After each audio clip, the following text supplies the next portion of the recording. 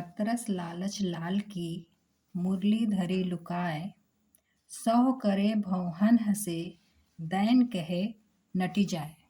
Hello student, आज मैं आपको रस के अंग एवं उसके भेद बताने वाली हूँ। जैसा कि आप सभी जानते हैं, रस, अलंकार, छंद आप high school, inter, BA, MA, PGT सभी परीक्षाओं में भी पूछे जाते हैं, इसलिए ऐसा नहीं है कि आपके कोर्स में है तभी। रस के अवयव आपको बताती हूँ। अवयव का मतलब होता है अंग। तो रस के अवयव, अंग एवं भेद, थोड़ी थोड़ी बातें मैं उसमें आपको बताने वाली हूँ। विभावानुभावा व्याभिचारी संयोगाद्रस निष्पत्ति, यह सूत्र किसका है? यह सूत्र जो है भरत मुनि का है। तो विभावानुभावा व्याभिचारी संयोगाद्रस निष्पत्ति अर्थात विभाव, अनुभाव और व्याभिचारी भावों के संयोग से रस की निष्पत्ति होती है। अब रस किसे कहते हैं? तो जब आप किसी काव्य को पढ़ते हैं या जब सुनते हैं, तो सुनते समय हमें जिस आनंद की अनुभूति होती है उसे ही रस कहा जाता है। तो रस सूत्र के 4 व्याख्याता आचार्य हैं। ध्यान दीजिएगा, अक्सर हर प्रतियोगिता परीक्षाओं में ये पूछते हैं, चाहे पीजीटी हो, पीजी हो, हर समय ये क्वेश्चन आपके बहुत अनिवार्य बनते हैं।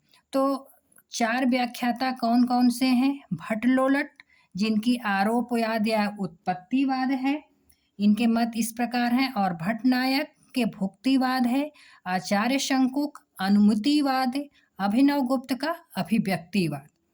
अब आगे आइए, तो रस और उनके स्थायी भाव जो हम हाई स्कूल से पढ़ते चले आ रहे हैं, तो यहाँ आप एक बार और रिवीजन कर लीजिए, रस और उसके स्थायी भाव। क्योंकि यूजी करने के बाद, पीजी करने के बाद कुछ बच्चे पीजीटी करते हैं, तो उसके दृष्टि से बहुत अनिवार्य बन जाता है। तो रस और उनके स्थायी भाव आप सभी जानते हैं। श्रृंगार, स्थायी भाव क्या हो जाएगा? रति। अब ऐसे ही क्रमशः वीर, उत्साह, रौद्र, क्रोध, बीभत्स, घृणा, अद्भुत, विस्मय, शांत, निर्वेद, हास्य, हास, भयानक, भय, करुण रस का शोक स्थायी भाव है। इसके अतिरिक्त भी आप ध्यान देंगे कि 2 रसों की और चर्चा होती है, जिसमें वात्सल्य का संतान विषयक रति है, भक्ति का भगवत विषयक रखती है। अब आपको बताती हूँ रस के अंग। तो रस के अंग कौन कौन से हैं? जैसे अभी आप ऊपर पढ़े थे, विभावानुभावा व्यभिचारी संयोगाद रस निष्पत्ति। तो रस के अंग हैं अनुभाव, विभाव, संचारी भाव और स्थायी भाव। तो अनुभाव किसे कहते हैं? अब ये जानिए। अनुभाव, ध्यान दीजिएगा, भाव, अनुभव, भाव का बोध कराने वाले कारण जो होते हैं वो अनुभाव कहलाते हैं। किसका? भाव का बोध कराने वाले जो कारण होते हैं वो अनुभाव कहलाते हैं। ये भी 4 प्रकार के होते हैं, वाचिक, कायिक, सात्विक एवं आहार्य। अब आइए विभाव। विभाव की परिभाषा क्या है? जिन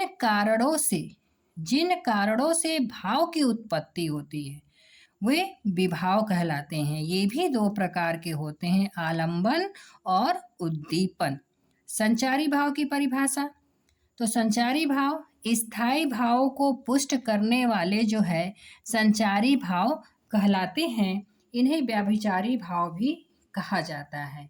ये सभी रसों में संचरण करते हैं। अक्सर देखेंगे आप, प्रश्न में पूछा जाता है कि संचारी भावों की संख्या कितनी होती है? तो संचारी भावों की संख्या 33 होती है। अब बचा आपका स्थायी भाव।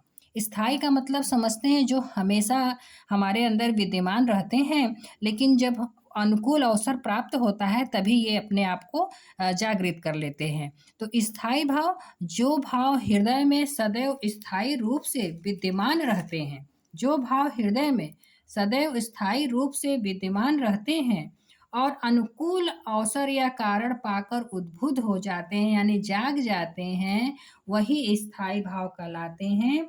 स्थायी भाव की संख्या कितनी मानी गई है? स्थायी भाव की संख्या 9 मानी गई है। जैसे रति, उत्साह, क्रोध आदि। धन्यवाद।